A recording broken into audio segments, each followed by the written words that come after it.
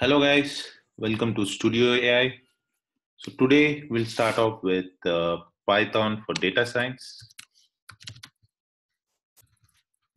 and today is basically the introduction class.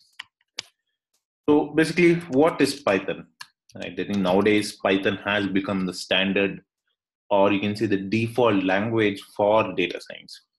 Okay, so basically, what is Python? So first of all, Python is basically a high-level programming language, which was created by a Dutch programmer called Guido and Rossum in the year 1991.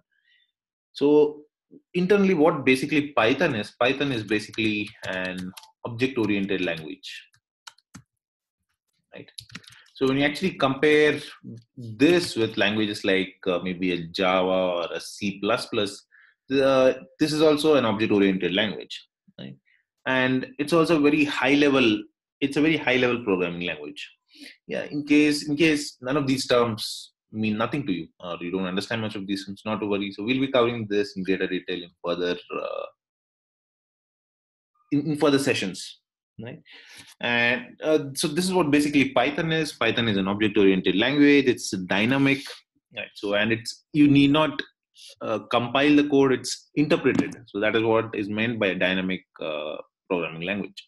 So it basically means you need not you do not compile the code. So you can just directly run the code. You can just directly execute the code.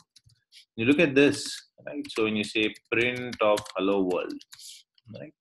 So it's executed. So this, I think, when you actually compare this with programming languages like Java, right? Over there, you actually need to compile your code. So this is fairly simple to run over here. Right? So this is what sort of is basic introduction to Python. So coming to the environment in which the code is executed, right? The entire code, I think, for all of these classes, basically what we use is something which is called as Jupyter Notebook, right? So we basically use Jupyter Notebook for executing all code. So what basically is Jupyter is you basically have Jupyter Notebook is sort of a web page where you have different kernels running in the backend. You can choose to run a Python or a R, or you can run different programming languages. Basically, it's run as kernels. So we have chosen to run Jupyter. All right. So how do you execute the code? Is basically you just enter your normal Python code. So you're just entering hello world, right?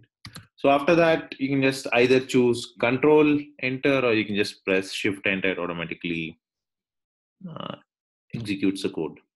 Right?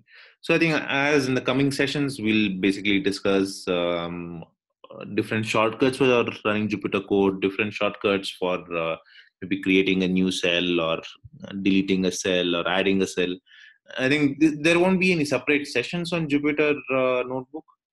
Shortcuts on Jupyter Notebook, it will basically be maybe just said. So while we are maybe entering few code, it will just be described over there. Okay, guys. Okay, guys. Then thank you. We'll meet again in the next video where we'll continue with the next lessons. Thank you.